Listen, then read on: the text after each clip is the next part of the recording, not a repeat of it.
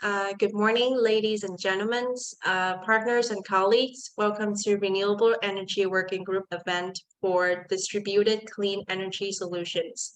My name is Hao Nguyen, and I am the Vietnam country coordinator for the Clean Energy Investment Accelerator. And today it is my honor to welcome everyone to our first event of 2023 on the always exciting topic of distributed clean energy solutions.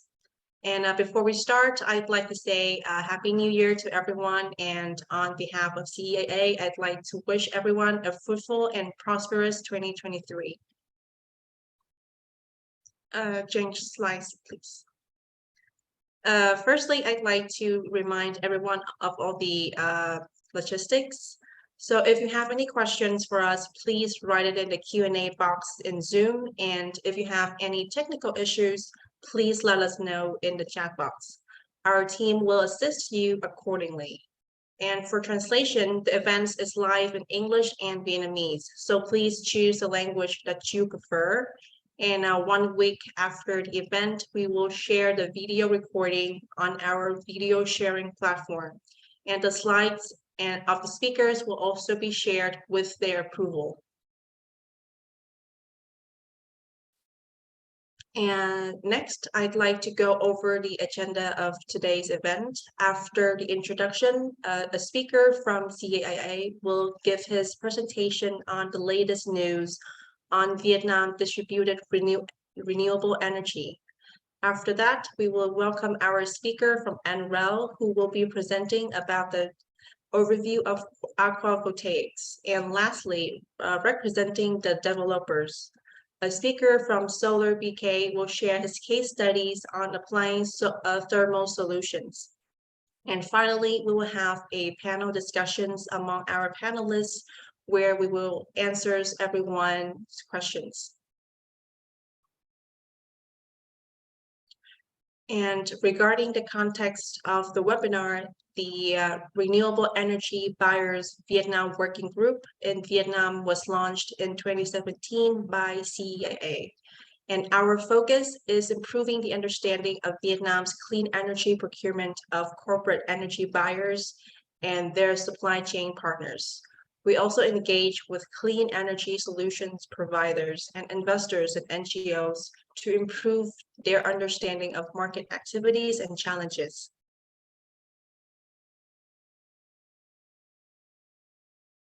And CEIA, or Clean Energy Investment Accelerator, is co-led by 3 organizations: World Resources Institute, Alotro Partners, and the National Renewable Energy Laboratory, NREL. We are supported by our funding perspectives by a variety of partners, Department of State, P4G, and Terra Climate Foundation.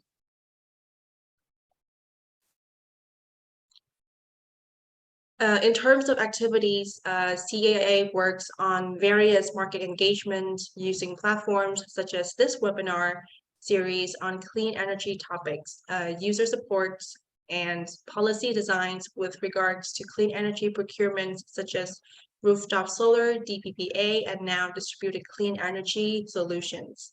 It is also our focus to provide technical assistance with pre-feasibility studies and case studies sharing, which we will discuss today. So I'd like to start the first section of today's event. I'd like to invite Mr. Tung Ho, the co-lead of CEIA Vietnam, to present some of the latest updates on Vietnam distributed renewable energy. Thank you so much, Hao.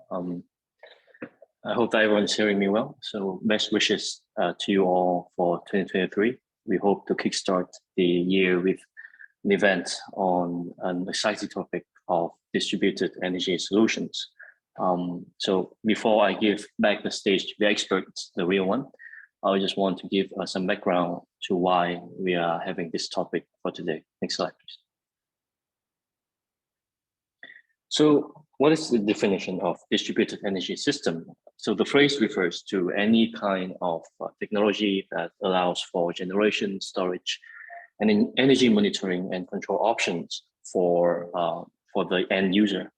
And I think in Vietnam, the most kind of common technology that that is considered to be distributed energy system, or DES, is rooftop solar, where factories and buildings install rooftop solar system onto the roof and use the clean energy coming from them. But however, I think going beyond that, there are multiple technologies that can be considered DES as well, which I'll go to the next slide. So as you can see on the diagram here, mostly DES, or distributed energy system, can be categorized into generations, energy or power generations, or energy storage. In some cases, it can be energy management as well. But for today, I think we are going to focus much more on power generations, which you can see here that can be solar, or it can be wind, or it can be other kind of thermal power, such as biomass, combined heat and power systems. In some quite rare cases, it can be fuel cells or hydro as well. So all of these technologies, some are available in Vietnam, some are not. When it comes to energy storage, I think we mostly know lithium batteries in cars, or also in projects, but also there are hydrogen storage, and also thermal storage, whether it's cooling or heat, which I think we want to discuss. At this point, we want to go to why we are having DES, or distributed solutions, for the end user. So I think the three main kind of benefits to the end user, which are corporate buyers like yourself, are firstly cost saving. Most of these clean energy solutions are a bit expensive to install upfront, but then throughout the operational stage, there will be costs being saved from the use of these generations.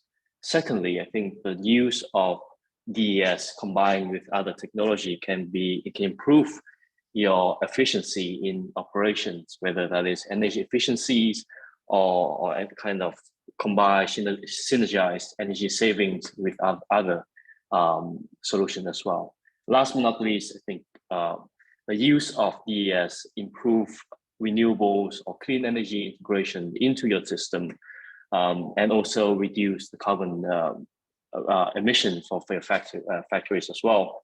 Many solutions such as solar or wind, without the use of, let's say, for example, energy storage, will not be able to attain its full potential as a distributed energy system. So these three are the main kind of impacts that they can have on the system. Next slide, please. However, going beyond that, I think it is worth looking at, beside the energy user or end user themselves, distributed energy system ultimately benefits the grid that everyone is using. And some of the benefits I list out here. And I think in Vietnam, I believe there are programs and projects exploring the impacts of distributed energy systems onto the grids. For example, I think of USAID is having their urban energy security programs, which is exploring this aspect very well. Some of these can be the energy resilience, or peak demand shavings, or load shifting. All of this helps the grid in the end. But today we are just going to focus on the kind of end use benefits for you. Next slide, please. I think I just want to cover briefly the topic of energy storage, which is one tenet of the distributed solutions. But we did cover this topic in our webinar in November of last year. I think we believe that there is a great potential for energy storage in Vietnam, even for distributed solutions, as opposed to utility scale solutions. However, there are still, I think, barriers and challenges when it comes to the kind of technical guidance and policy frameworks around this market. And certainly, we would also hope for the price and the commercial viability of this technology to improve, so that energy storage can really be working alongside with power generations to maximize the potential for distributed system. That is for storage. You can all find this information on our link here to our previous webinar. Next slide, please. So I took this table from studies in 2012, I think, which kind of showcase the different energy generation solutions back then and the kind of application that it can have. Looking at the very bottom of the table, you see photovoltaics, which is solar power, and the wind turbines, not having that many applications as compared to more traditional kind of distributed energy system. And there's also a footnote saying that it might not offer the lowest cost power options. I think for the past decades, this study was published, a lot has changed over the years. And I think certainly we are today is going to explore the different applications and the cost concerns for distributed energy systems. And in particular, I think solar power. Next slide, please. So the topic for today is solar generations. And we feel that throughout the years, I think CEIA has done quite a decent job of covering the very core rooftop solar market. But that's one aspect of the market. We have recently, explored other work streams such as thermal decarbonizations and other more niche markets for the solar technology. And we feel that we do have solar combined heat and steam applications. We have solar collector for hot water, and all of these technology do have application across various sectors, whether that is C&I, commercial and industrial, whether that is agriculture or aquaculture, of which Vietnam really emphasize for economy, and then also for the residential sector. So we want to go into that very soon. Next slide, please. However, I do want to go back a little bit to the rooftop solar situation in Vietnam. I think we will discuss this a little bit later during our panel discussions. The kind of graph you see here is the newly installed capacity for rooftop solar for PV installation over the years. And we see that after 2020, once the feed-in tariff 2, the FIT 2 has ended, there's the number from Bloomberg NEF that 2021, the capacity installed is much lower. And I think there's still some questions and concerns around the validity of the data that is provided at the time. I think for the past 2 years, we don't see much data of, it's hard to get the exact data of how much new capacity is coming up online, just because of the context and the policy challenge that's surrounding the market in Vietnam. So really hope that we're still working on rooftop solar, but in the meantime, it's good to explore other options as well, for sure. Next slide, please. So the first kind of technology that we saw in Vietnam was during the last visit to Bạc Liêu province. And at the time when the team at CEIA, together with the World Resources Institute team from China, we went to the site, we saw a shrimp farm, and we saw the use of aqua photovoltaics. And we found that these very interesting topics, and given the right context and the right framework, there's a possibility to scale. That is why we invited NREL today to give us really a 101 lesson on the technology and the kind of case study it can have in Vietnam and the potential it may have in the region as well. Next slide, please.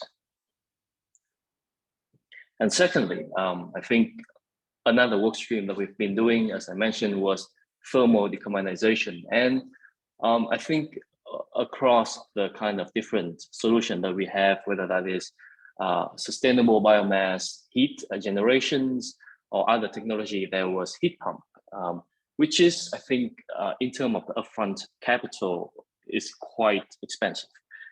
However, I think throughout the life cycle, you gain back those initial investments with a great cost saving throughout the operation. And then we discover via the wonderful sharing from Solar BK and from Ting, a long-term partner of the CEIA program, that they actually have solar thermal technology that can be combined with heat pump that will perhaps really change the initial upfront payment and even have some very great ESCO model for people to consider. So that's when Solar BK is going to come in and really introduce the latest later presentation today. Next slide, please. Before we move on to the wonderful and esteemed guest speaker of today, I'd like to kick off the year with some kind of review of the past, I believe, past 5 years that CEIA have worked for in the region and in the South America. I think we have compiled some of the figures you can see on screen here.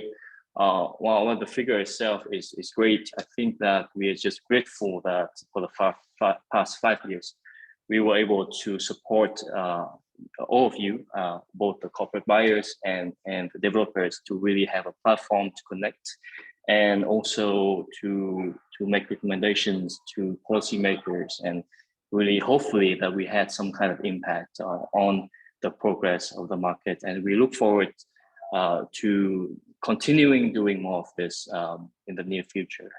Next slide, please.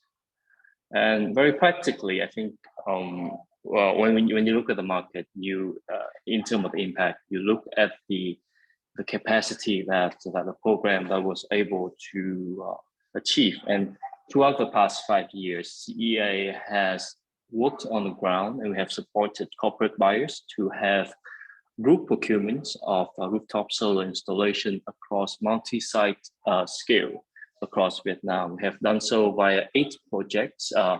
I think as you can see on screen here, the minimum that we support is 1 to 2 sites, but the maximum we can support can even up to 12 sites or 9 to 12 sites. And then the kind of capacity that we were able to achieve was nearly 50 megawatts in terms of installation potentials. And many of these megawatts has already been installed and operational as of today. So we are very, very grateful for this opportunity, and we look forward to having more of this very practical on-ground projects in the near future, given the opportunity and across different work streams, not just perhaps rooftop solar. So next slide, please. Yep, I'm going to be wrapping up here. I think certainly for us to move forward in 2023, there's a lot of changes, and also we hope for more progress in terms of the policy framework, whether that comes in terms of the tariff incentive program or any kind of net metering mechanism, or any progress on the offsite PPA structure. All of this, I think, policies, once issued with clear guidance and clarifications for implementation, will help the market significantly move forward and ultimately to achieve the net zero target of Vietnam in 2050. So with that, I'd like to return the stage to Hao and for the other speakers. Thank you. Thank you, Mr. Tung, for the introduction and with the exciting application of distributed clean energy solutions. And up next, I'd like to invite Mr. Pratik Joshi from NREL, who will be presenting an overview of aqua photovoltaics and its potential benefits and future applications in Vietnam and Southeast Asia context. Thank you. I'll share my screen now.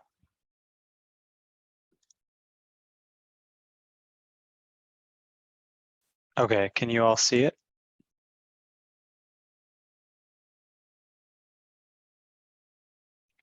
Okay, hey everyone, my name is Pratik Joshi, and I'm a researcher at the US Department of Energy's National Renewable Energy Laboratory, commonly referred to as NREL. And I'm really excited to be at this event and connect with you all virtually.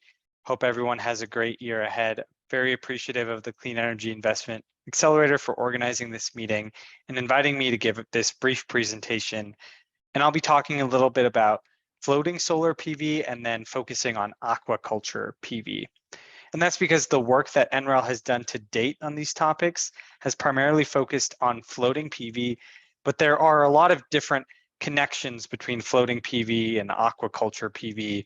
And throughout this presentation, I will just clarify the distinction between the two, because these are of course, separate applications, but then I'll discuss where they overlap and where there can be synergies. So I think we'll have time for some questions at the end as well, and at the panel discussion. But first, I'll start with a brief overview of the technology. Then I'll discuss some of the benefits and the potential in Southeast Asia. And then I'll conclude by discussing some policy barriers and best practices. A useful framework for this presentation is the energy, water, and food nexus. So this refers to the areas where society's energy, water, and food infrastructure and resources overlap.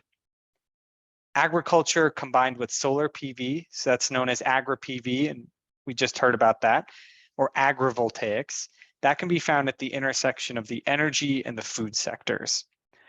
Aquaculture can be found at the intersection of the food and the water sectors, and then floating solar, also known as FPV, is at the intersection of the energy and water sectors. I'll discuss FPV in a little more detail on the next slide.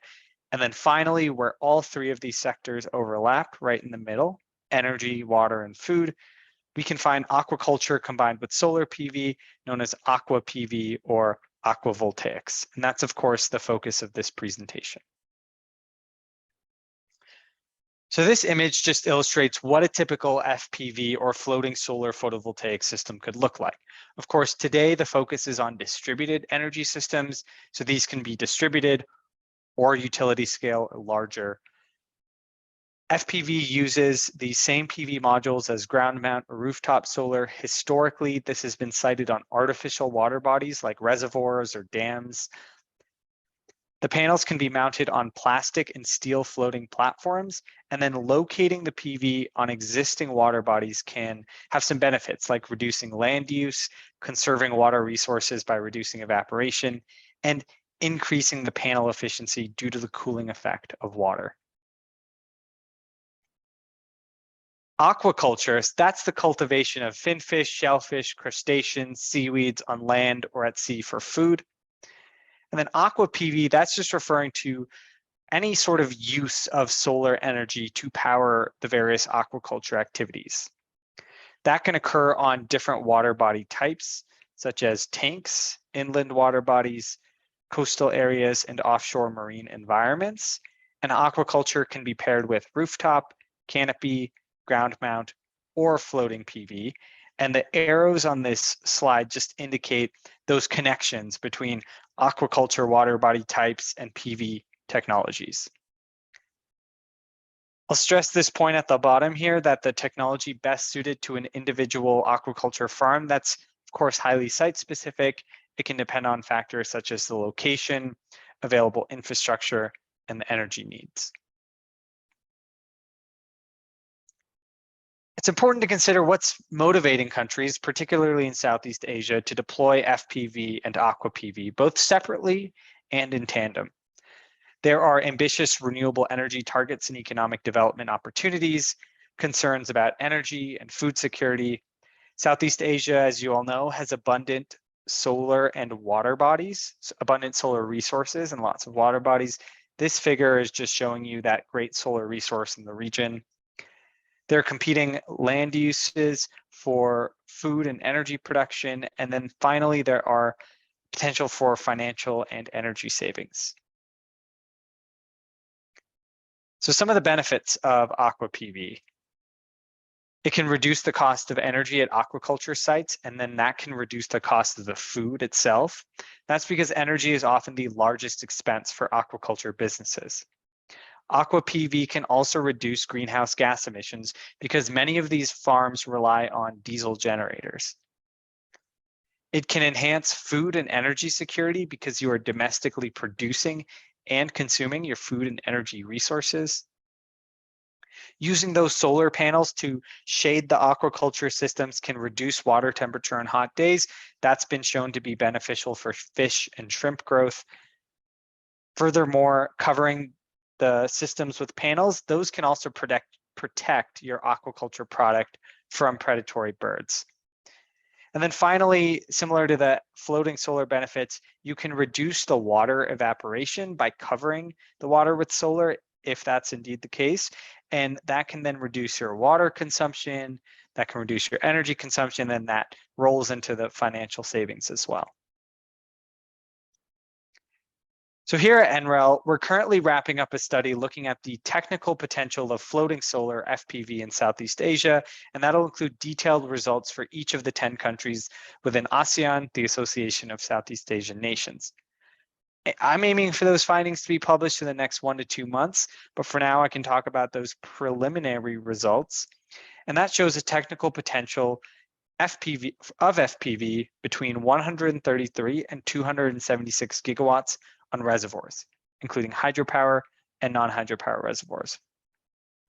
We also find between 335 and 746 gigawatts of potential on natural water bodies. That includes inland lakes and ponds. And those ranges just indicate different assumptions for how much of that water body can be developed for solar. It excludes water bodies that are more than 50 kilometers from the nearest road, more than 25 kilometers from the nearest transmission line, or within protected environmental areas. So I think it's relevant to discuss these preliminary results with you today because although this study does not focus on aqua PV specifically, and that can of course be a focus of future work, those reservoirs and natural water bodies identified, they may also be current or potential future sites for aquaculture. So the key takeaway here is that there's a lot of potential in the region for both technologies. And as I mentioned, we can also look at the country-specific results. So here on this slide, I've extracted the results for Vietnam. This map on the right is showing you the data that we have on major roads, transmission lines, protected areas, and the solar resource in Vietnam. All of that was used in this study. This chart on the left is showing you some of the findings for technical potential, assuming that it can't be built within 50 meters of the shore. And for reservoirs, so artificial reservoirs indicated in blue, we can see between 29 and 37 gigawatts. And for natural water bodies, that's in green, we can see between 34 and 36. Again, these ranges do depend on assumptions of how much of the water body you're covering with solar. And I'll also stress that these are referring to technical potential. They don't consider project economics or site-specific conditions. But now let's just look at the aqua PV potential more specifically and what we know about it. So global energy demand in aquaculture sites is expected to increase significantly, more than doubling between now and 2050.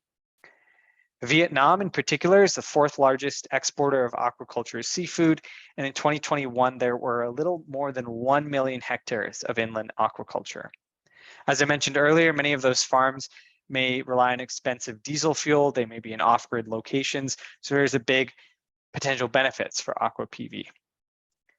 These two sketches at the bottom show some planned aqua PV demonstration projects. The sketch on the left is showing a canopy PV system, and this sketch on the right is showing a ground mount solar PV system, and both of which appear to be shading these inland aquaculture tanks or trenches growing shrimp and fish. So as you can see, and as I mentioned earlier, aqua PV can go beyond just floating solar, but the benefits and potential sites for aqua PV can be further expanded by considering floating solar as well. At NREL in 2021, some of my colleagues published a report looking at the barriers of floating solar deployment in Southeast Asia and discussed some best practices. Again, while it didn't look at aqua PV separately, many of those barriers and best practices can also be relevant for aqua PV.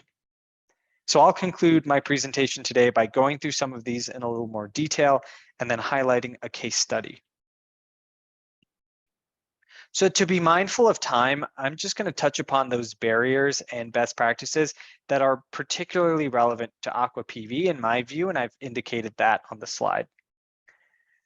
For environmental and cultural considerations, uncertainty about ecological impacts could increase public and farmer opposition to projects, could lengthen the review process.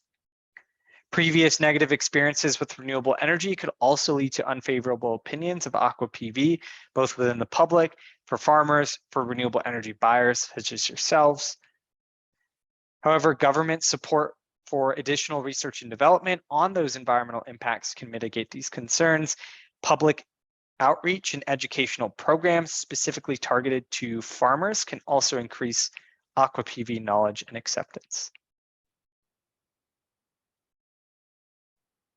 In terms of economic considerations, uncertainty regarding government policies that may stall private sector interest from yourselves in aqua PV.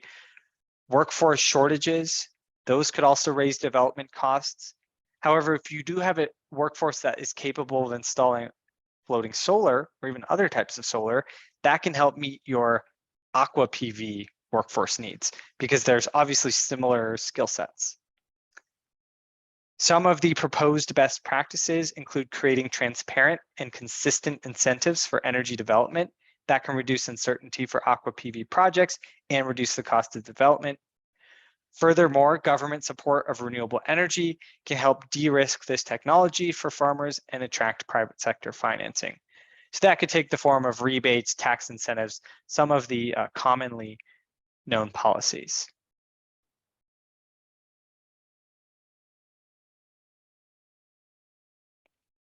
For regulatory considerations, a lengthy, expensive, or unclear environmental process for aqua PV can make these projects less appealing to farmers. But engaging with policymakers and financial institutions to increase the awareness of aqua PV, such as through events like this, through this event organized by Clean Energy Investment Accelerator that can increase awareness for aqua PV and its benefits and lead to increased investments for projects in the research, demonstration, and commercial phase. So now I'll just conclude with this case study. So this is Taiwan's aqua PV policy, and these are some key takeaways from a paper titled, "What are the challenges and opportunities in implementing Taiwan's aqua voltaics policy?" The authors note that transforming small-scale aquaculture into cooperative aquaculture can increase the feasibility of implementing the policy because that reduces the risk and uncertainty to the individual farmer. Instead, that risk is shared among many farmers. They note another way to increase the effectiveness of this policy is through management techniques and smart technologies. They also advocate for setting up these demonstration areas on the island to provide transparent data about environmental impacts that can make the technology more appealing to farmers and environmentalists. One of the concerns that they noted from farmers was, what are the environmental impacts of this? Finally, the authors advocate for catering to the energy needs of local communities and farmers to ensure that Taiwan meets its aqua PV policy goals. So some additional details about this policy in Taiwan. So one interesting thing I pulled out was that there was a stipulation that aquaculture operations using floating PV systems must install these systems in areas not exceeding 40% of fish farms. So there, Taiwan is combining aqua PV with floating PV. I know they're not considered the same, but Taiwan is saying, well, aquaculture operations, we want to encourage them to use floating PV. That's because for them in particular, there's a lot of issues with land scarcity. So they want to use aquaculture, floating PV, combine that into aqua PV.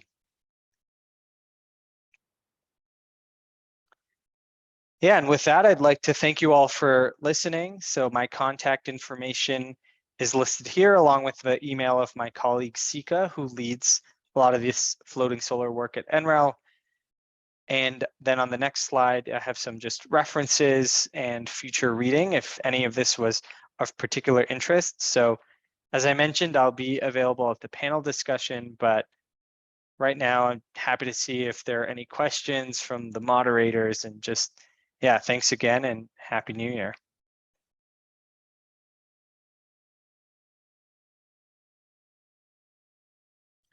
Thank you, Pratik, for such an exciting presentation.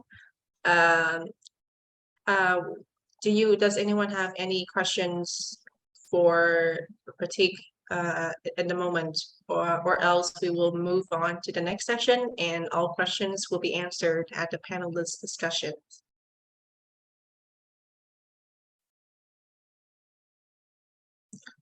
Hi, Hao. I do believe there is some question in the Q&A for Pratik.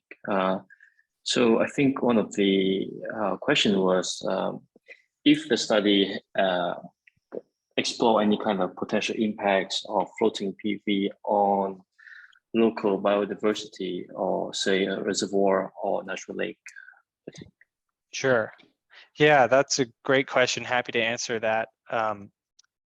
Yeah, so basically, this study in particular did not look at biodiversity or environmental impacts, but it did reference previous work that says, okay, there could be negative environmental impacts of putting solar on like a natural lake, a non-artificial lake or pond or things like that, on the wildlife and on the environment. So there's not clear data on that yet from what we've seen. And I think that's an area of further research to see how big those impacts are and how they can be addressed. We looked at, or we included natural water bodies because previous assessments of technical potential did not. And for different countries in the region, some countries may not have as much reservoirs. They may have more natural water bodies that are not in these protected areas that could be sites for aqua PV. But I think, like many countries are doing, and I think that's a good idea, is to prioritize FPV on artificial water bodies. And an example of an artificial water body could be a lot of aquaculture sites that are artificially created. So I think that's the way that countries are going, is to prioritize artificial water bodies because of those maybe environmental impacts, and that makes a lot of good sense to me. But there may be some cases where, as we move forward in this energy transition, people are more and more interested in natural water bodies. So definitely something to focus on as well. Thank you, Pratik. I think there's. I just want to chime in to 2 minutes. So in regards to this biodiversity questions, in my previous life as an environmental impact assessment consultant, I think one of the first projects in Vietnam, which is Dami floating solar, most of these projects are funded by development banks, and these institutions do assess the biodiversity impacts in their environmental and social impact assessment reports. However, we do have to be cognizant of the fact that the floating solar market has been around not as long, perhaps, as the ground-mounted solar. So the long-term impacts of this still requires more monitoring, like Pratik shared. So interesting to see where it goes. But I think immediately you can search for environmental and social impact assessment reports, which are, I think, publicly available from the development banks like World Banks or ADBs, all these banks. So yeah, thank you. Okay, so thank you, Mr. Tong, for clearing that, and thank you, Pratik Joshi, for your overview and insights about solar applied in aquaculture in Southeast Asia. And before we move on to the next session, I'd like to remind everyone again that you can put your questions in a Q&A session in Zoom, and the speakers can either answer those directly, or we will pick some questions for the panel discussion and Q&A. So in the next session, I'd like to invite Mr. Tinh Nguyen from Solar BK, a renowned solar developer in Vietnam. And today, Mr. Tinh will present about Solar BK's case studies using solar thermal solutions in thermal decarbonization process. And Mr. Tinh Nguyen will present in Vietnamese, so everyone can choose the interpretation function from Zoom to listen to the presentation in English. Rồi, ok, cảm ơn Hảo. Cảm ơn các đại diện ở bên phía CEIA và các anh chị đã tham gia trong cái buổi webinar ngày hôm nay. Mình là Thịnh Nguyễn từ Solar BK. Cũng rất vui khi mà được có thể chia sẻ cái kinh nghiệm của Solar BK đối với cái mảng nước nóng năng lượng mặt trời mà đang áp dụng trong cái hệ khối công nghiệp.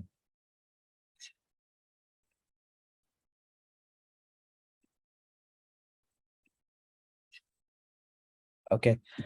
Về nước nóng trong các cái khối công nghiệp á, thì mình cũng đã biết rằng là các cái loại lò hơi phổ biến hiện nay á, thì có một số loại ví dụ như lò hơi chạy ga, chạy dầu đeo, lò hơi sử dụng củi chấu hoặc lò hơi sử dụng điện, và các cái ứng dụng để gia nhiệt nước hay là lò hơi á, thì được ứng dụng trong rất nhiều các cái ngành công nghiệp, ví dụ như chế biến thực phẩm này, ngành cao su, ngành dệt may hay là chế biến giấy chẳng hạn. Thì mình có thể thấy là cái ứng dụng mà cần gia nhiệt cho cái nguồn nước là một cái ứng dụng mà gần như phổ biến hiện diện trong mọi ngành công nghiệp. Thì ở đây mình cũng trình bày sơ lược về cái hệ thống nước nóng năng lượng mặt trời. Đối với hệ thống nước nóng năng lượng mặt trời á, thì hoạt động dựa trên nguyên lý đối lưu nhiệt tự nhiên và cái hiệu ứng lồng kính để giúp biến đổi quang năng thành nhiệt năng. Và cụ thể là cái năng lượng mặt trời khi hấp thụ vào bề mặt thiết bị á, sẽ tự động nóng lên, và theo cái quy trình đối lưu, nhiệt độ nước trong bình bảo ôn sẽ tăng dần cho đến khi cân bằng với nhiệt độ trên bề mặt của thiết bị. Và đối với hệ thống sử dụng trong công nghiệp thì thông thường sẽ được kết hợp thêm các cái bơm cưỡng bức và bơm nhiệt heat pump để đảm bảo cái lưu lượng và nhiệt độ. Thì đối với các cái hệ thống năng lượng mặt trời, thường mình hay đặt ra câu hỏi là tôi có một diện tích mái chẳng hạn, tôi lắp điện năng lượng mặt trời, rồi sau đó dùng cái điện đó để đun nóng nước, hay là tôi nên lắp cái hệ thống nước nóng năng lượng mặt trời. Thì cái câu trả lời là thực tế là cái nước nóng năng lượng mặt trời ấy, cái hiệu suất của nó khi mà chuyển đổi cái bức xạ mặt trời thành nhiệt năng á, nó hiệu quả cao hơn rất nhiều so với việc là mình chuyển đổi bức xạ mặt trời thành điện và từ điện lại chuyển hóa thành nhiệt năng. Ngoài ra, đối với những cái hệ thống nước nóng năng lượng mặt trời này thì cái chi phí vận hành và bảo trì rất là thấp, và bản thân hệ thống cũng có sử dụng điện để gia nhiệt, có sử dụng điện để cho cái bơm cưỡng bức, nhưng mà cũng chỉ sử dụng khoảng tầm 10% điện năng tiết kiệm để ổn định cái nhiệt độ. Ngoài hệ thống nước nóng năng lượng mặt trời thì trong công nghiệp thì một cái ứng dụng rất là phổ biến, một cái thiết bị rất là phổ biến nữa là bơm nhiệt công nghiệp. Thì vì sao bơm nhiệt công nghiệp nó lại rất phổ biến? Mình có thể tưởng tượng là bơm nhiệt nó giống như một cái điều hòa máy lạnh vậy. Như cái điều hòa mình sử dụng ở nhà đấy, thì thay vì mình ví dụ như điều hòa thì mình đưa cái cục lạnh đi vào trong phòng để mình làm mát cái phòng của mình, thì bây giờ mình không dùng cái cục lạnh đấy mà mình dùng cái cục nóng, và lấy cái nhiệt lượng từ cái cục nóng đó để mình gia nhiệt cho nước. Thì vì sao mà bơm nhiệt công nghiệp lại được ứng dụng rất nhiều về tiết kiệm năng lượng? Vì đối với bơm nhiệt á, có một cái điểm rất đặc biệt, tức là cái hệ số hiệu quả của bơm nhiệt là cái COP á. COP ở đây là nhiệt lượng tạo ra trên điện năng tiêu thụ trên thiết bị. Thì có nghĩa là cứ mỗi 1 kWh điện tiêu thụ bởi bơm nhiệt thì nó sẽ tạo ra khoảng 4 kWh năng lượng năng lượng nhiệt. Trong khi đó nếu mà mình dùng những cái loại điện trở thông thường thì 1 kWh điện mà mình tiêu thụ thì nó chỉ tạo ra khoảng tầm 0,8 cho đến 0,9 kWh nhiệt thôi. Có nghĩa là hiệu quả của bơm nhiệt nó tiết kiệm năng lượng gấp 4 lần, hơn gấp 4 lần. Thì đấy cũng là cái lý do vì sao mà tất cả các cái hệ thống nước nóng năng lượng mặt trời trong công nghiệp sẽ được kết hợp giữa bơm nhiệt và hệ thống nước nóng năng lượng mặt trời hấp thu bức xạ nhiệt trực tiếp. Các anh chị có thể thấy trên cái hình ảnh ở trên màn hình ở đây là bảng đánh giá hiệu quả tiết kiệm với các phương pháp gia nhiệt truyền thống. Mình có thể thấy ở đây mình đang xét một cái ví dụ là gia nhiệt cho 1.000 lít nước từ nhiệt độ trung bình khoảng 27 độ C lên 60 độ C. Nếu mà sử dụng loại hình gia nhiệt dạng điện trở thông thường thì cái nhiệt mà cần cung cấp cho nước á, để từ 1.000 lít nước trên 27 độ, từ 27 độ lên 60 độ thì tổng chi phí sẽ hết khoảng tầm 85.000. Nếu mà mình dùng lò hơi đốt dầu thì khoảng 100.000. Nếu mà lò hơi đốt dầu FO, dầu ma rút thì khoảng 70.000. Nếu mà dùng LPG thì khoảng 120.000. Trong khi đó nếu mà chúng ta sử dụng nước nóng năng lượng mặt trời á, thuần nước nóng năng lượng mặt trời á, thì chi phí chỉ hết khoảng tầm 7.000 thôi. Có nghĩa là nó tiết kiệm hơn, tiết kiệm đến 90% chi phí.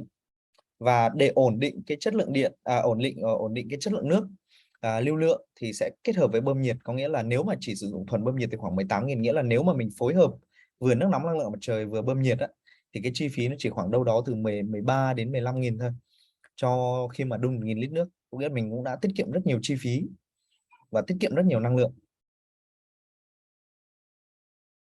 Và liên quan đến phần phát thải CO2 thì khi mà sử dụng điện trở mình quy đổi, thì khi mà sử dụng điện trở á, thì cứ đun 1.000 lít nước từ 27 độ C lên 60 độ C thì sẽ phát thải CO2 theo hệ số phát thải điện là 36 kg CO2 khi mà đun 1.000 lít nước này. Và trong khi đó nếu mà mình sử dụng nước nóng năng lượng mặt trời hay bơm nhiệt thì tối đa là từ khoảng 8 kg CO2 thôi. Thì có nghĩa là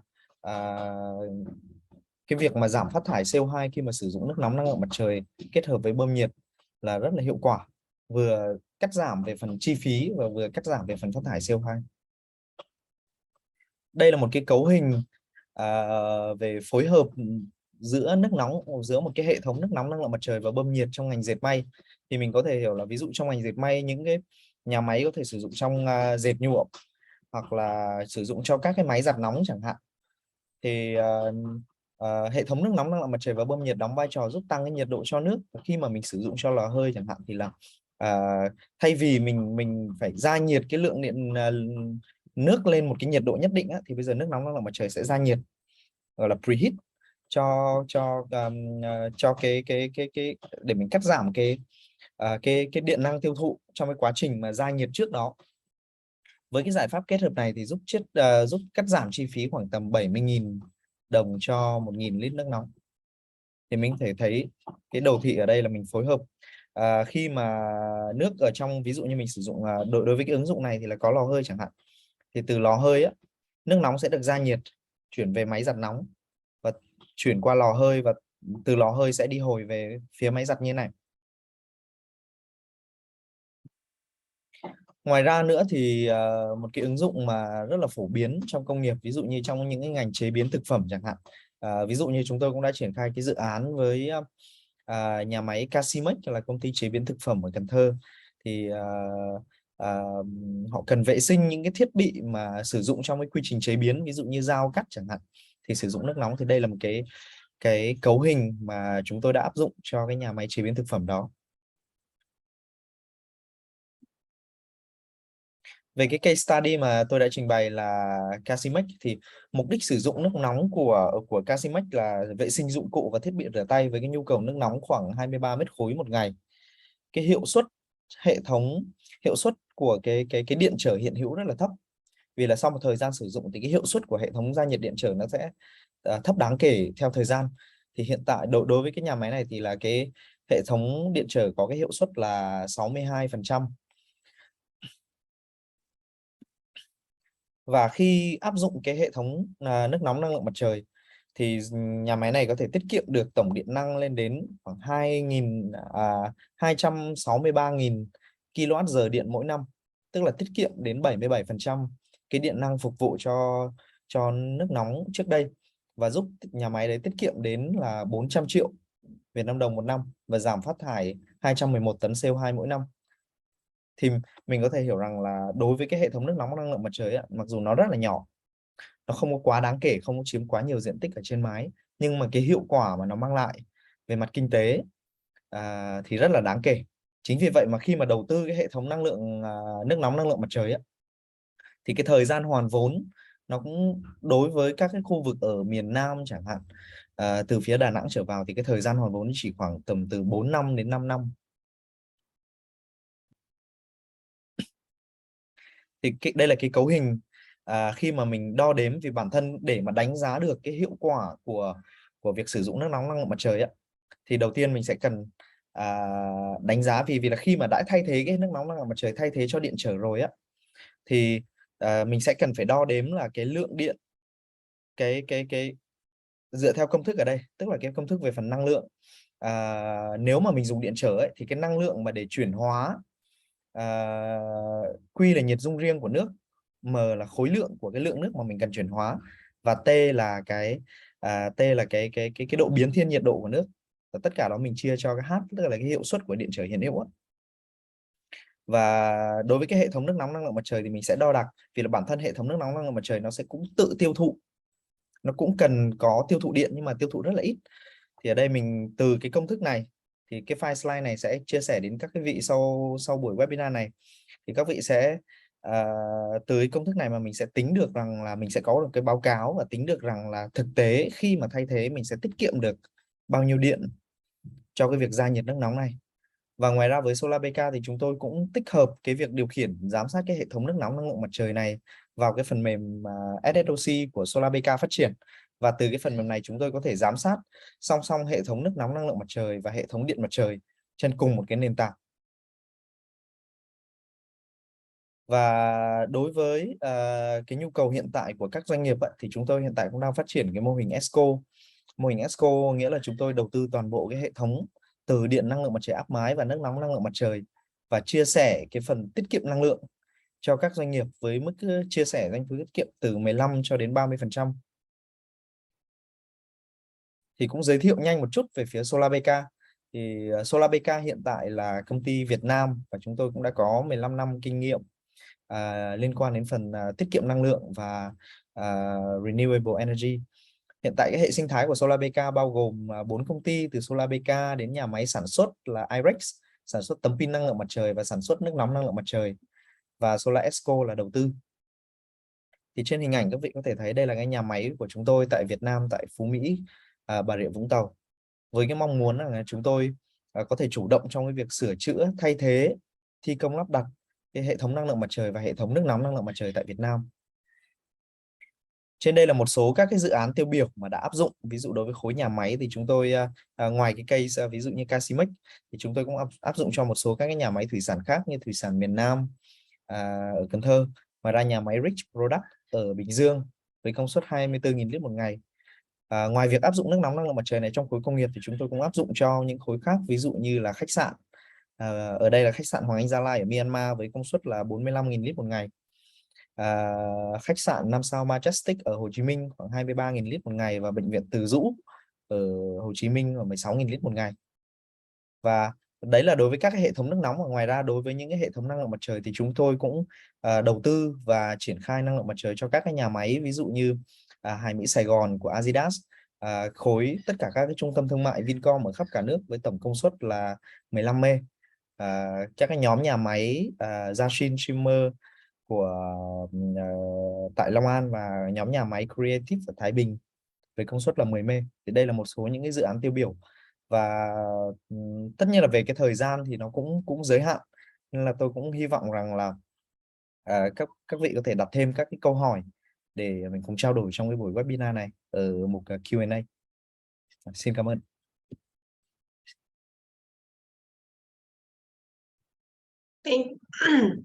Thank you, Mr. Thanh Nguyen, for the presentation. Now that we've finished all three presentations from our speaker, I'd like to invite everyone to join the panel discussion. Here we will be answering your questions in the Q&A box, as well as any that may arise. First, I'd like to welcome our panelists, Ms. Hang Dao from CEIA, Mr. Pratik Joshi from NREL, and lastly, Mr. Thanh Nguyen from Solar BK. And Mr. Tung Ho will be the moderator for the discussion. Thank you, Ha. And again, welcome back all esteemed speakers, and thank you so much for the insightful presentation that we had just now. I also like to welcome Dr. Hang, my long-term colleagues in CEIA, and certainly she also have a lot of insight to share on this topic in general. So I think immediately jumping off from the panel, from the presentation, I think we a little bit have some time for the speaker for the audience to ask things on the solar water heater system, because we still have some time from our timeline. Thì có một câu hỏi về khán giả là họ muốn hỏi cái chi phí, cái phân tích chi phí của cái hệ thống nhiệt mặt trời này đã bao gồm các cái chi phí bảo hành và bảo trì chưa? Dạ. Đối với đánh giá cái thời gian hoàn vốn của một dự án năng lượng mặt trời là khoảng 4 đến 5 năm, tức là đã bao gồm các cái chi phí vận hành và bảo trì. Đã bao gồm các cái chi phí vận hành, bảo trì và thay thế. Và thực tế là đối với những cái hệ thống năng lượng hệ thống nước nóng năng lượng mặt trời thì cái chi phí vận hành bảo trì của nó đặc biệt thấp hơn đáng kể so với hệ thống điện mặt trời thông thường. Okay. Yeah. Rồi, Ngoài ra có một câu hỏi chuyên sâu hơn một chút, đó là về các hệ thống nước nóng năng lượng mặt trời này có cần hòa lưới như một hệ thống năng lượng mặt trời áp mái bình thường hay không ở khu công nghiệp hiện nay, và có một số các cái rào cản khó khăn về việc lắp đặt. Dạ. Đối với hệ thống nước nóng năng lượng mặt trời thì bản thân là đây là tức là mình sẽ chuyển hóa từ năng lượng từ bức xạ mặt trời chuyển hóa trực tiếp thành năng lượng nhiệt. Vì vậy nên là nó hoàn toàn không ảnh hưởng đến cái lưới điện hiện hữu của nhà máy, cũng không can thiệp đến cái lưới điện của khu công nghiệp chẳng hạn. Nên là đối với một số khu công nghiệp mình hiểu rằng là khi mà triển khai năng lượng mặt trời có thể có khó khăn, nhưng mà với nước nóng năng lượng mặt trời thì bản thân nó tiêu thụ điện cũng rất là ít, nên là cái mà mình có thể triển khai được ngay mà không không lo lắng về những cái giới hạn liên quan đến pháp lý. Cảm ơn Thịnh nhiều. Chắc là câu hỏi cuối cùng. Cái này Thịnh có thể trả lời luôn, hoặc là kết nối là Vinh Hồng kết nối trực tiếp với lại Thịnh. Để nó hơi cụ thể một chút là mình có thể ước tính được chi phí lắp bộ đun nước mặt trời cho nồi hơi công suất nhỏ hơn 2.000 kg hơi trên giờ được không? Đây câu hỏi cũng khá là cụ thể. Dạ, cái này thì cũng khá là specific, nên là mình sẽ xin phép là sẽ trao đổi trực tiếp và có những cái bảng tính toán vì còn liên quan đến cái lưu lượng hơi rồi là cái áp suất hơi chẳng hạn mà mình có nhu cầu mình sử dụng sẽ cần tính toán kỹ hơn. Dạ. Ok. Rồi. Vậy thì cái này mình sẽ kết nối trực tiếp tất cả các cái nội dung và thông tin liên hệ của những diễn giả hôm nay sẽ được chia sẻ sau cái event. And to address Ms. Mai Leung question on the presentation, whether Solar BK presentation is available in English after the event, I think, would you be able to provide that afterwards? Seems to be a yes. So I'll contact Ting and see if an English version can be available to anyone who wants it, Ms. Mai. All right. So I think it's a good time for us. So most of the questions regarding solar thermal has been addressed. I think it's a great timing to begin our panel discussions on the topic of distributed energy solution in general. So I think Ting and Pratik, you have had some time on this two very niche technology, and hopefully that will scale in the near future. Going back to a more traditional one, rooftop solar, I would like to take the question to Dr. Hang, and the kind of challenges. Please give us some insights on the kind of, I see a lot of questions in the QA about the challenges when it comes to policy frameworks and guidance with rooftop solar right now, and how you feel the solutions going forward, Dr. Hang. All right, thank you, Tim, for the question. Should I address in English or Vietnamese? Chắc là mình sẽ trả lời bằng tiếng Việt vì trong khán giả có rất là nhiều anh chị đến từ các công ty và staff của người Việt. Yeah. Thì như trong cái trình bày ban đầu mà Tùng có đề cập thì CEIA trong những năm vừa qua đã hỗ trợ rất là nhiều các cái nhà máy, mà đặc biệt là nhà máy dệt may để lắp đặt điện mặt trời mái nhà. Thì rõ ràng là mình nhìn thấy một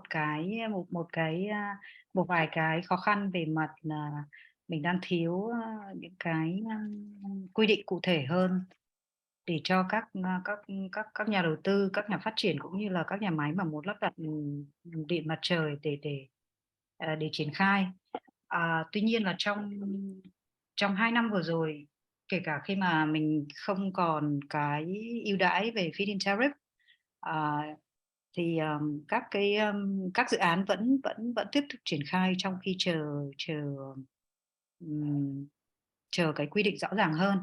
Mà rõ ràng là theo những cái đánh giá của các chuyên gia cũng như là các chuyên gia trong thị trường, thì điện mặt trời mái nhà vẫn là một cái giải pháp, nó gọi là lowest hanging fruit, tức là dễ dàng nhất để giúp các công ty để thực hiện cái cam kết giảm phát thải của mình, bởi vì là nó mang lại cái lợi ích về mặt kinh tế và rất là khả thi về mặt kỹ thuật, và thị trường cũng đã rất là có nhiều kinh nghiệm từ nhà đầu tư, nhà phát triển cũng như là người tiêu dùng liên quan đến điện mặt trời. Nhưng mà tuy nhiên thì một lần nữa là cũng phải mình cần phải nhấn mạnh lại là vẫn cần phải có những cái chính sách và những cái quy định rõ ràng hơn mà người tiêu dùng và đặc biệt các nhà máy chờ đợi từ chính phủ. Cho nên là những cái thảo luận hay những cái chương trình của CEA thực hiện như này là cũng một phần là góp phần vào để đưa những cái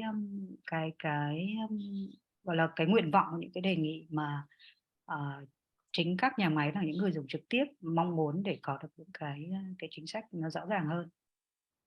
Về cái điểm này có lẽ là anh Thịnh ở Solar BK cũng có rất là nhiều kinh nghiệm trong những cái dự án phát triển điện mặt trời, thì có thể là chia sẻ thêm một số cái lời khuyên cũng như là kinh nghiệm khi mà hỗ trợ các nhà máy trong công nghiệp phát triển cái điện mặt trời này. Dạ. Yeah. Cảm ơn chị Hằng.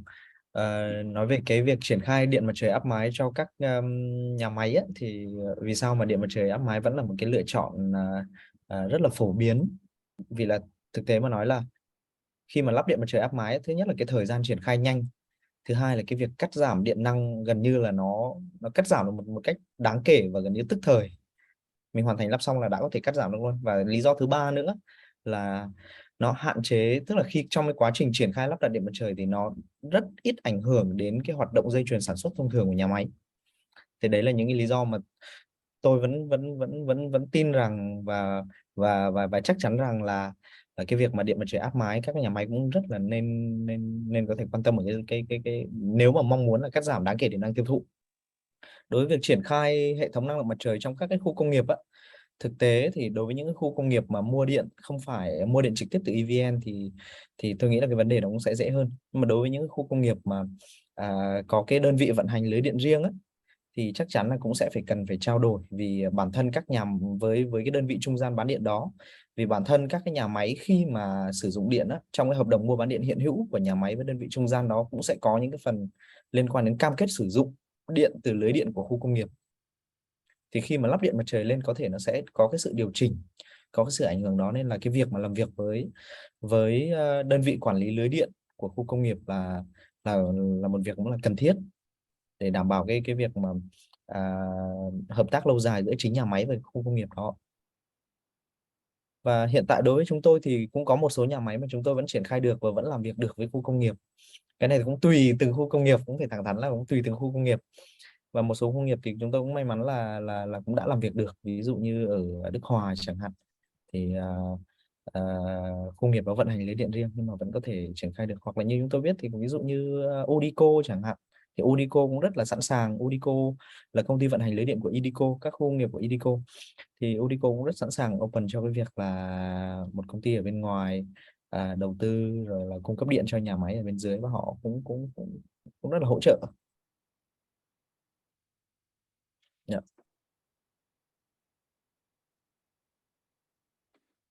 Cảm ơn chị Hằng cũng như là Thịnh đã chia sẻ rất là nhiều thông tin hữu ích cho người nghe. Tổng thấy là trong cái phần Q&A cũng rất nhiều câu hỏi liên quan tới mảng điện mặt trời áp mái, thì chứng tỏ là cái nhu cầu được sử dụng cái giải pháp này là vẫn còn rất là nhiều. Thì có một cái câu hỏi cũng có thể là cũng hơi nhạy cảm trong bối cảnh hiện nay, đó là rất là nhiều nhà máy vẫn hoang mang về cái việc là giấy phép, các loại giấy phép, ví dụ giấy phép xây dựng hay là giấy phép về phòng cháy chữa cháy, hay cuối cùng là cái giấy phép nối lưới của cái hệ thống điện mặt trời. Thì trong cái bối cảnh hiện giờ thì chưa có một cái hướng dẫn quá là cụ thể nào từ phía điện lực hay cũng như là bộ hay sở công thương, thì không biết là nhà máy, theo Thịnh, nhà máy có thể làm gì trong thời gian này, và thường thì theo kinh nghiệm của Thịnh ở trong thị trường và mọi người đang làm gì với cái bối cảnh đó? Thực tế là cái bối cảnh này thì thực ra nó cũng không phải là mới. mà chắc là hiện giờ thì mọi người cũng đang thích nghi dần với bối cảnh này, vì cái việc này nó cũng đã xảy ra từ sau khi kết thúc 2020, bắt đầu 2021 đến thời điểm giờ là cũng đã là hơn 2 năm, gần 2 năm rồi, đúng không ạ? Thì đã là 2 năm rồi. Thì đối với các cái nhà máy, và theo ý kiến cá nhân của mình thì nhà máy nên áp dụng những cái mô hình mà giảm thiểu cái rủi ro liên quan nhà máy, ví dụ như mô hình ESCO chẳng hạn, là nhà máy không bỏ chi phí ra đầu tư. Thì lúc này các cái trách nhiệm pháp lý thì sẽ thuộc về bên developer, ví dụ như là bên Solar BK chẳng hạn. Thì trong cái giai đoạn gần đây chúng tôi cũng triển khai một số nhà máy, thì những cái giấy phép mà yêu cầu, thứ nhất là điều chỉnh giấy phép xây dựng, thứ hai là thẩm duyệt phòng cháy chữa cháy và nghiệm thu phòng cháy chữa cháy bổ sung cho cái phần hệ thống rooftop solar, thứ ba là một cái văn bản xác nhận của Sở Tài nguyên Môi trường. Đó. Liên quan đến cái phần đấu nối với EVN á, thì bản thân là EVN thì thực ra là EVN là một doanh nghiệp, mình cũng cần hiểu rõ cái vai trò của EVN trong cái trong cái việc này, tức là EVN nó là một doanh nghiệp chứ không phải là cơ quan nhà nước. Thì đối với những cái dự án chúng tôi đầu tư thì bản thân là để EVN đưa ra một cái văn bản bắt buộc thì sẽ phải có một cái hướng dẫn từ tập đoàn EVN. Thì hiện tại văn bản hướng dẫn từ tập đoàn EVN chưa có. Thì thông thường đối với những cái dự án mà chúng tôi đang triển khai thì chúng tôi sẽ làm việc với EVN trước để đấu nối trước, nhưng mà cái văn bản xác nhận từ EVN thì sẽ bổ sung sau khi mà cái quy hoạch điện 8 được phê duyệt. Đấy là cái cách mà chúng tôi cũng đang triển khai ở thời điểm hiện tại.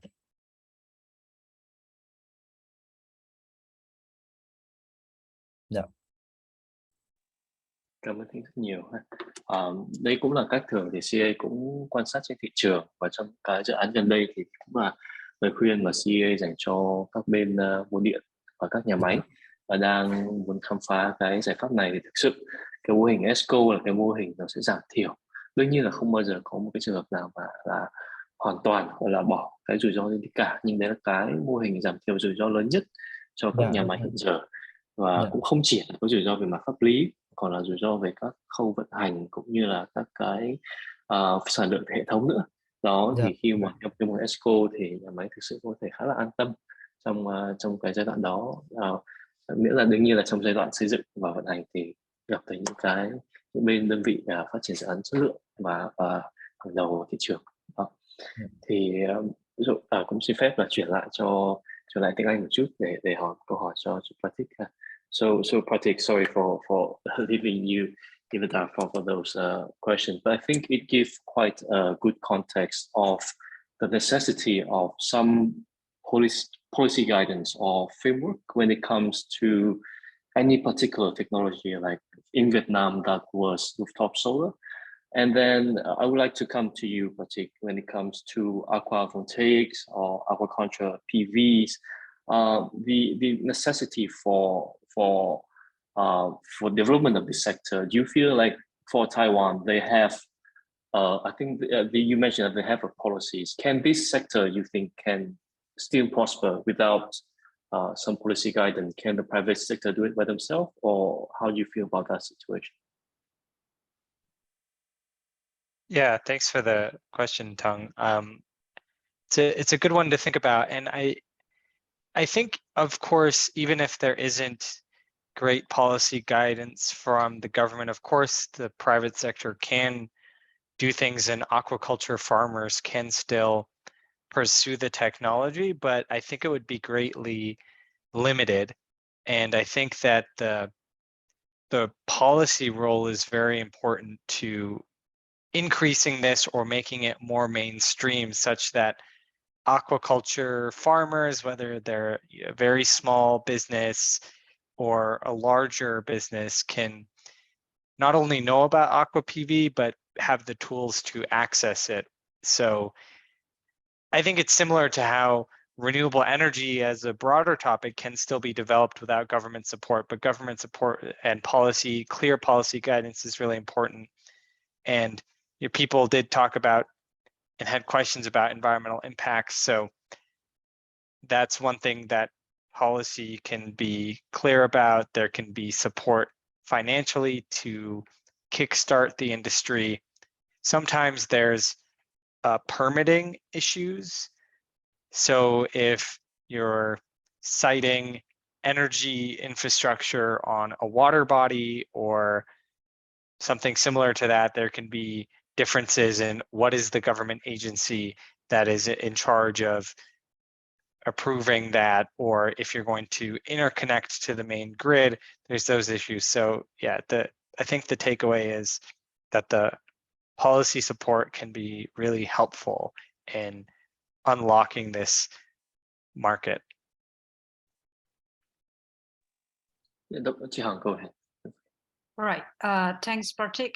Just want to echo and re-emphasize the kind of critical role of policy in aquaculture and broader sense of renewables. And I totally agree that, you know, without the policy, private sector itself, you know, either farmers, investors, or developers can deploy at a certain scale, but yeah, again, it's limited, and the policy plays a role in a way that it accelerates much faster this energy transition. And we are talking about the urgency of this transition, right? The clean energy transition. So the policy can play the role in accelerate that much faster. I mean, without that, even for self-consumption, but with the clear guidance, or more that what the market and the end users needs the most for it. Either is incentive in terms of financial or not, but you know, clear guidance on, you know, allow them to do it smoother and faster, and that is the broader picture that we want to see here, in the sense urgencies of this clean energy transition. Thank you for your sharing, Jihan. And I think there is quite a relevant question in the Q&A box about whether CEIA or NREL have any program that is promoting photovoltaics or aqua photovoltaics in Vietnam, or how can interested stakeholders or players in the market collaborate with us with this program? If not, then is there any program in Vietnam that do so at all? Yeah. I can start. I was just in the middle of typing a response, and after this I'll finish typing that response so that you all have it as well. I've included some links, but I'll speak from NREL's side. We don't have specific programs currently on aqua PV in Vietnam. Right now, it's just floating solar work that we've done looking at Southeast Asia. And that could be, you know, if there's enough interest, if we talk to our funders, things like that, you know, that's something we could explore as well. For agri-PV, agrivoltaics, there is a lot of work happening at NREL, not focused on Vietnam or Southeast Asia specifically. I think a lot of the work is right now focused on the US, and I am sending some links to that information. But in various international projects, so I work on some other international projects, we are hearing agri-PV interest. So I think that, you know, there could be work for that in the future.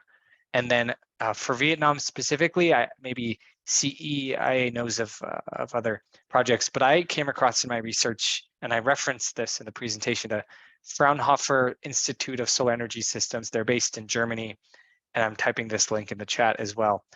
They were the ones that had this GIZ German government funded project for aqua PV in Vietnam, and they were setting up those demonstration projects in 2 different areas.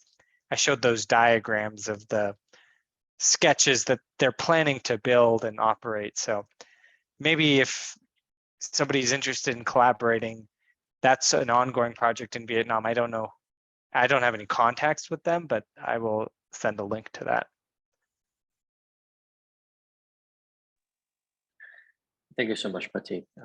Jihan, would you like to add any information on that? Yeah, so on CEA side, yeah, that currently and the work plan of this year, we don't have yet any particular program or project on aquaculture or agriculture yet, but we do observe and we do know like some developers or investor experience in deploy those kind of projects. For example, even solar BK and with Mr. Thịnh here, and I think we happy to follow up with a more specific. The project you mentioned is about study, about research, or is about the investment project, so that we have more ideas and details of who we could introduce you to. So yeah, happy to leave our CEA contact so that we can follow up with that. Yes, thank you, Jiang, so much. And I'd also like to add a little bit more that as long as it's kind of distributed solutions for captive consumptions, and that will more or less fall under what CEIA is supporting in Vietnam. And we're happy to connect you or any players in the market to necessity or any potential partners that you may see. So happy to follow up with you after this event as well. Great.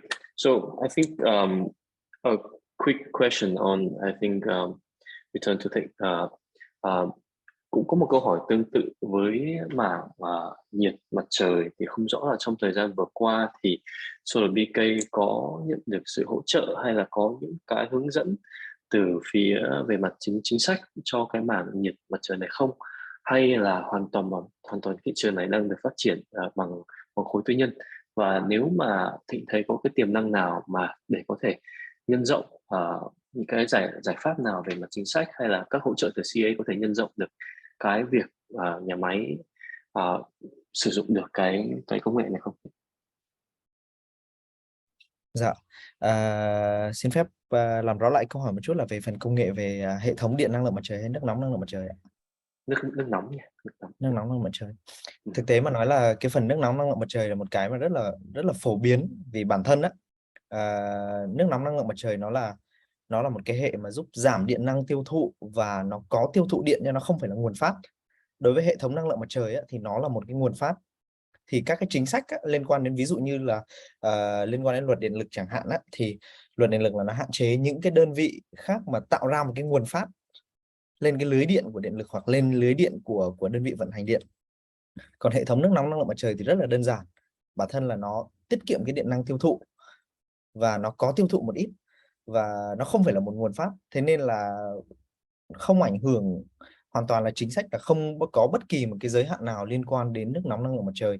Mình có thể thấy là tất cả các cái hộ gia đình ở đây chẳng hạn, hoặc tất cả các cái nhà máy, thì cái việc là lắp đặt cái hệ thống nước nóng năng lượng mặt trời bản thân được thực hiện một cách rất là tự do và rất là tự nhiên.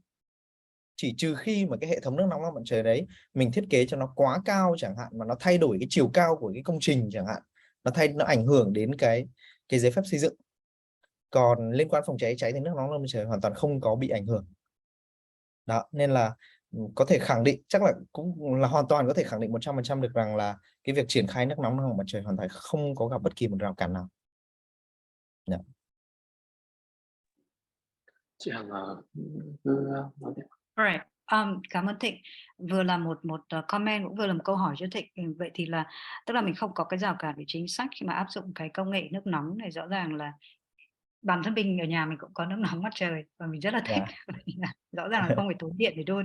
Và nhưng mà về phía tiếp cận về cái trong các ngành công nghiệp, các nhà máy ấy, thì mình có khó khăn gì không, và cái gì mà để thuyết phục nhà máy chuyển đổi như vậy? Bởi vì rõ ràng là cần phải một số cái vốn đầu tư ban đầu nhất định. Đấy là về nước nóng. Còn về cái bơm nhiệt, rõ ràng là mình nhìn thấy là về mặt khả thi cái heat pump và thi về mặt kỹ thuật là hoàn toàn là thị trường đã có những công nghệ thiết bị. Đúng không ạ?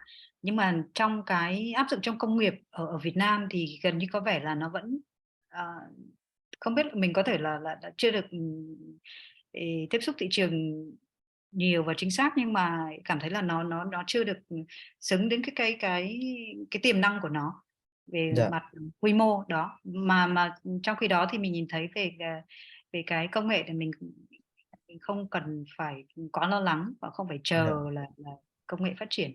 Vậy thì có phải Dạ. là vì giá hay là gì, cái kinh nghiệm của Thịnh thấy trong khi mà tiếp xúc khách hàng với cả thị trường Việt Nam Dạ. trong cái đó? Thẳng thắn mà nói là đối với cái việc mà đầu tư hệ thống nước nóng năng lượng mặt trời á, thì cái gọi là cái giá trị tuyệt đối về mặt tiết kiệm chẳng hạn, khoảng 3 đến 400 triệu gì đấy một năm, thì có thể đối với một số nhà máy nó cảm thấy nó không phải là quá lớn.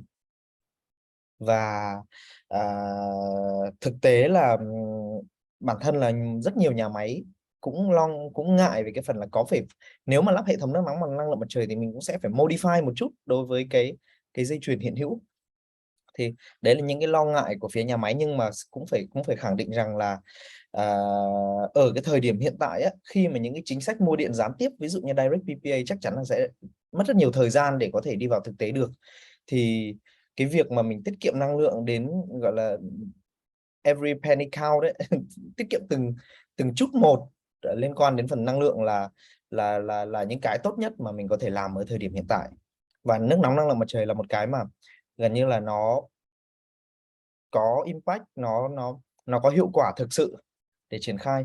Thì thực tế mà khi mà mình triển khai với các nhà máy á, thì một số nhà máy thì cái lưu lượng của họ rất là lớn, cái nhu cầu sử dụng nước nóng của họ rất là lớn, và nước nóng thì chỉ đáp ứng được một phần, thì tính ra cái hiệu quả tiết kiệm này nó không phải là quá lớn. Thế nên là về mặt giải pháp á, thì mình vẫn có thể vừa combine cái hệ thống nước nóng năng lượng mặt trời với cái hệ thống gia nhiệt hiện hữu của nhà máy đó.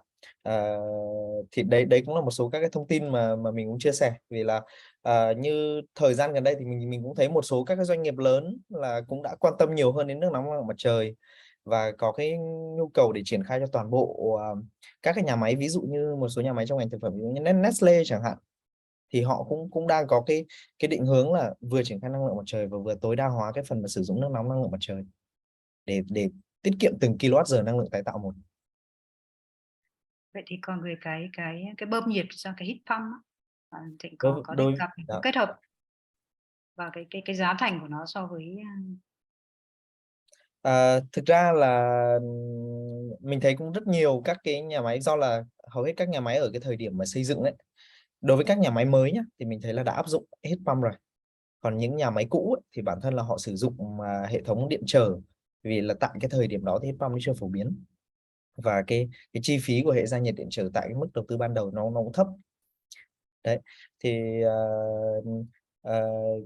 hiện tại ở giai đoạn giờ thì mình thấy rất nhiều nhà máy đã dần dần áp dụng cái heat pump rồi, về cái hiệu quả của nó chị có thể tưởng tượng là nó tiết kiệm năng lượng đến gấp 4 lần so với điện trở thông thường mà.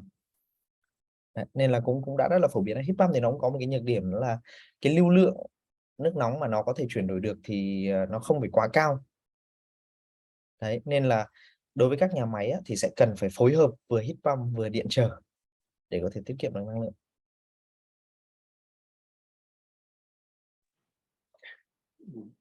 Dạ. Cảm ơn Thịnh rất là nhiều. Chắc là câu hỏi với Tùng từ Tùng, mình cũng còn khoảng 5 phút nữa về cái điện trở và bơm nhiệt này. Thì Thịnh có thấy là các nhà máy, ví dụ như nhà máy cũng đã sử dụng các hệ thống khác rồi và có nhu cầu họ chuyển đổi sang bơm nhiệt, và lúc đó họ có cân nhắc cái việc là kết hợp với lại nhiệt mặt trời không? Thì tại vì thực ra là CEA cũng hỗ trợ các nhà máy, và cái việc thay thế công nghệ đó cũng là một phần mà CEA cũng đang cân nhắc, cũng hy vọng có thể hỗ trợ thị trường trong tương lai. Không biết là Thịnh thấy có cái đấy có tiềm năng ở trong thị trường này?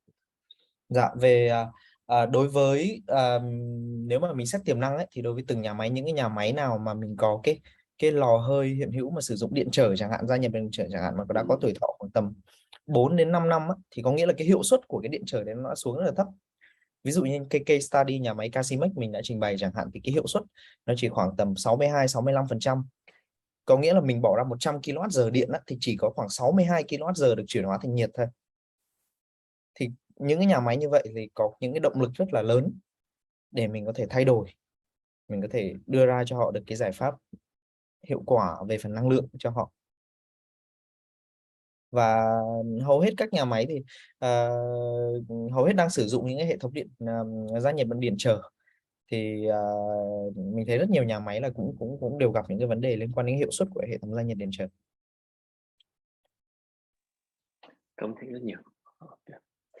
So I think coming to I think we just have a few minutes left. Well, I still have quite a few questions for both Tate and Pratik. I think we should save some time to address some of the final questions in the Q&A box. But rest assured that if you still have any questions, feel free to contact us and we can help to relay your questions to our speakers, and hopefully they have the time to answer that.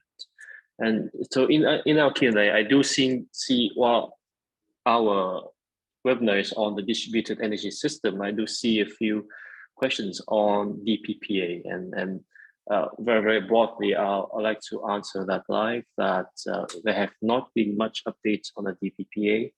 It's likely, that is my personal view, the DPPA mechanism can only have further information once more major plannings and documentation has been approved, such as the PDP8. It's only afterwards that we can hear more from DPPA. For now, there's not too much news. And there's another questions on consultant advising corporate buyer not to participate in the DPPA now. I'm not sure the reason why. I would assume that because as of the latest mechanism, some of the pricing mechanism change, and it does, I think, negate and shift some of the risk and pricing premium to the corporate buyer. So it's not as commercially attractive as before. So I'll assume that is the reason for now. And then there are some questions left on the, I think, net metering mechanism on rooftop solar. When are we going to hear more about that? Also, again, haven't been much updates about this topic yet. The last that CEIA heard from ERIA or ERAF is that there might be some sort of net metering mechanism where the pricing will be annually updated as compared to a 20 years kind of pricing contracts. So that was, I think that was shared in one of the web events that MOIT attended in 2021. Since then, we have not heard much updates on this topic. So I think we need to wait a little bit more for sure.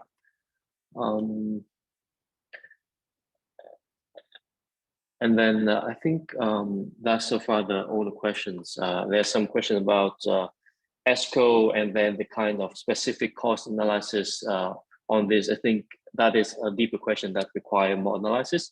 Happy to follow up with you guys afterwards in a more direct manner for sure.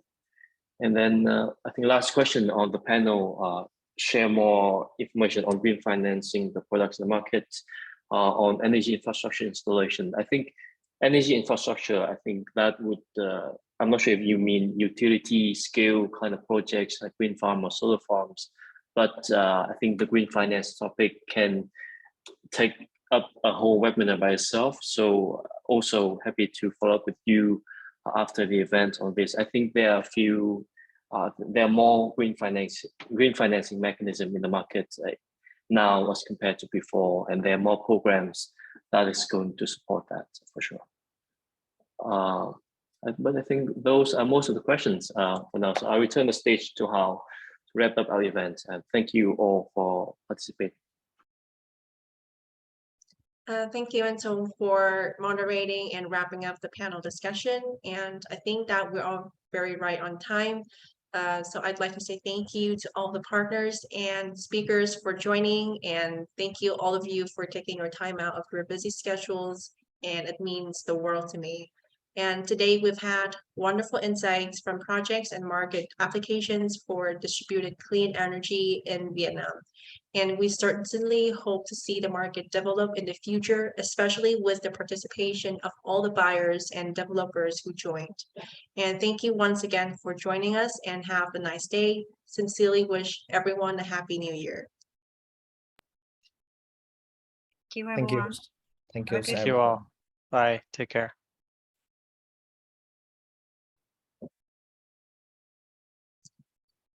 Cảm ơn anh Tùng, cảm ơn chị Hằng, cảm ơn Hảo. Thịnh nha. Cảm ơn Thịnh nhiều nha. Thank you, everyone. Bye bye.